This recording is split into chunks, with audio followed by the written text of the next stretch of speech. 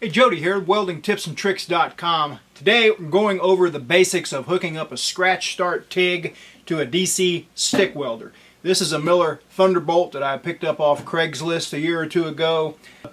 It's a heavy little machine, but it's portable enough that you could easily throw it in the back of a pickup truck, take it to a job site on a hand truck, and it's used a lot on construction sites, especially dairy type stuff, food service, sanitary, tubing and all that for scratch start TIG, because it's pretty much bulletproof machine, and you can throw it in the back of a truck and then take it somewhere and weld with it, and pretty much depend it's going to work when you get there. So it's really simple. I'm gonna go over the basics on how I would hook up a scratch start TIG, and basically what you see here is just about what you need: bottle of gas, regulator flow meter, machine, air-cooled TIG torch with a valve on it, and not much more than that. I had lunch with a guy a while ago, and he's going to be working with me on some videos, and he's a contractor, and a lot of times he runs a portable power source like a Lincoln Ranger for the power source, and TIG welds off that up on a scaffold somewhere doing pipe joints and things. And he has hired students fresh out of school and have no idea how to set up scratch start. They learned how with a foot pedal in a booth and all that, and that's fine. But before you get out on the job site, it would be good if you could know the fundamentals on how to set up scratch start, because you might have to do it. All right, so that's why I'm doing this video today, and let's get to it. A couple of things. You need a machine that's got DC current in order to do scratch start TIG on steel. This one is AC/DC, but that doesn't mean I can do aluminum. I would need a high frequency generator box. I've done that before. It really wasn't worthwhile, wasn't worth the effort or the expense. High frequency generator boxes are kind of pricey, and even when you get one, you still don't have amperage control or anything like that. This machine comes with the leads hardwired in. Now, you could do an upgrade here by snipping them and putting DINS connectors on there, where you could put longer leads on there. You could run 100 feet of lead to where you're welding, and the machine could be down on the floor and you could be up on a scaffold.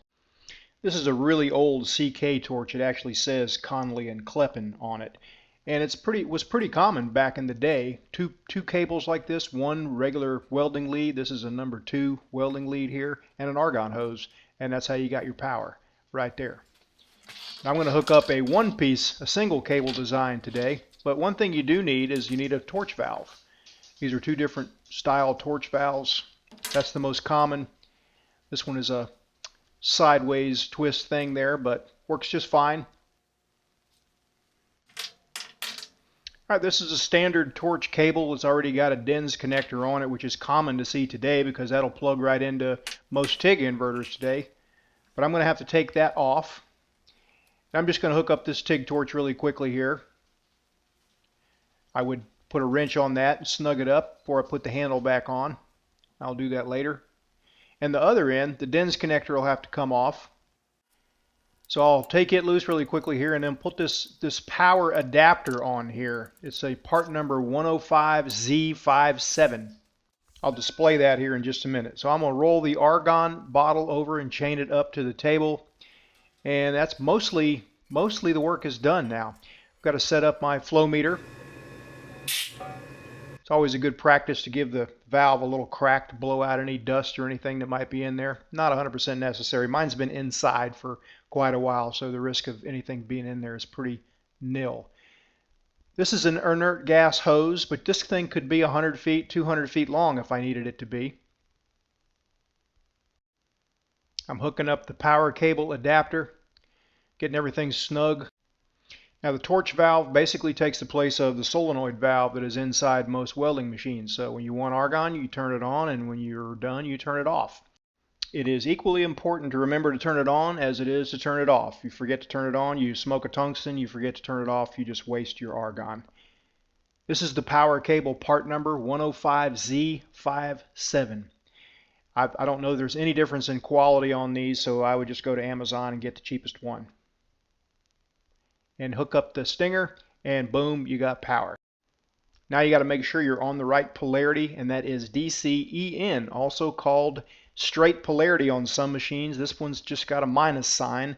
Some machines it's called DCEN, some machines it's called straight polarity. You just have to know all these things because that's always how you're going to TIG. I'm shooting for around 100 amps here, and this is not exactly a precision instrument here, but I did check it and came out to be almost 104 amps, so pretty close. I'm just going to bend a piece of 1/8 wire here for the spacer, and you see I'm using some mini bolt cutters. So much easier than dikes, and your hands will thank you years down the road. I used to think it was tough to just use dikes on the 1/8 wire, and now my hands hurt. So I'm just going to get some tacks on the very ends here, and then I'll beef them up just a little bit after the fact. 1/8 gap, no land, 37.5 degree bevel. All the mill scale cleaned off pretty well. You can see the 1/8 wire just won't push through, and that's about where you want it on a fit up on a pipe joint. Now, you're not going to do a plate joint like this. Typically, you're not going to do a test with TIG root and all that. This is just basically establishing techniques and settings for a pipe joint. But these same settings will work just the same techniques will work just the same on pipe as they will on this plate. You saw earlier I'm close to 104 amps, and I'm using just a forward and back technique here. Forward and back, forward and back, forward and back. No side-to-side motion. And the reason for the no side-to-side motion is because less of a chance of suck back. This tends to push the root through a little bit better, and just plain up works better. And if it keyholes out on me accidentally, if I'm not walking the cup, I can easily back up, fill it in, and then back up another eighth, and then smooth things out, and then keep and pick up where I left off. Walking the cup, it's kind of hard to back up. We'll walk the cup a little bit in just a minute. So I'm going to stop here halfway, snap out, and I'm going to break the wire loose. And I'm not even going to prep the tie-in because I just don't really think it's necessary when you pick up where you left off. What I'm going to do is I'm going to touch the wire to the weld, and I'm going to fuse it there really quickly, and then just pause for just probably a second. Sometimes I even try to back up a little bit and then just go. Now you see me flick the wire there. Some guys I've seen flick one end of the wire and then flip it around like a drumstick and use the other when they're on X-ray pipe. Notice that I'm wiggling it, not moving much side to side. That's because I want to concentrate that arc force in the middle to push some metal through the back side and not let it fan out to where it's lower than flush. All right, this is looking at it from kind of an angle, just so you can tell it's pushed through just a little bit. Right there, it's fairly flat, but still pushed through. Since I didn't have any tacks, I'm going to go ahead and show the feathering technique here for a tack weld. This is how I do it. I feather the side that I'm tying into a lot more than the side that I'm starting from. In fact, a lot of times I don't feather at all on the side that I'm starting from. But this is another plate. But I feathered this little area right here. Let me just show you what it looks like when you tie into a feathered area. Right? In just a second, I'm going to be getting to the point where it's feathered right about there.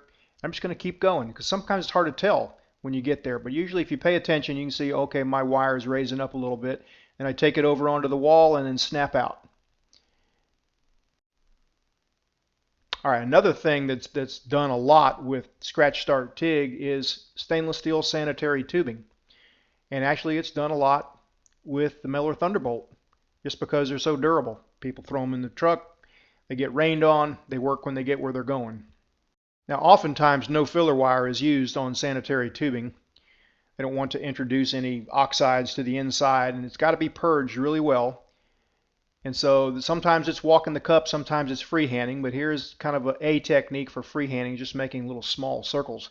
That little line, because it's such a good fit up, and it needs to be a good fit up, the joint line's kind of hard to see sometimes. So just making some little movement like that kind of plays the light and helps you follow the joint. Again, it's got to be purged really well. A lot of things come into play on sanitary tubing. First off, a good clean cut, then a good fit up, then a really good purge. Now before I wrap the video up, I want to talk about maybe a more practical application for something you might build in your shop. And the problem with Scratch Start TIG is not usually starting the arc. That doesn't usually cause any problems. It's stopping the arc. So a piece of copper can really help. I'm using a copper spoon from Harbor Freight. It's a $10 part. I put it on the edge of the part where I can take the bead all the way onto the copper, maintain some gas shielding, and before I snap out. That helps tremendously. Here's a practical application for that, welding an end cap on a piece of square tubing. I've just got the copper spoon laying there right next to the bead, and it actually kind of traps argon a little bit too. And when you get to the end, instead of snapping out and having it be all gray and losing gas coverage, just take the arc over to the copper while you maintain a little gas coverage, snap out, things go way better. Well, that about wraps it up for this week's video. Like I said before, the reason for this video is primarily for students that maybe haven't had an opportunity to learn scratch start. This will give you a little leg up if you get thrown to the wolves. All right, thanks for watching. I know you got a lot of choices out there on welding channels. I appreciate you spending time on my channel. See you next time.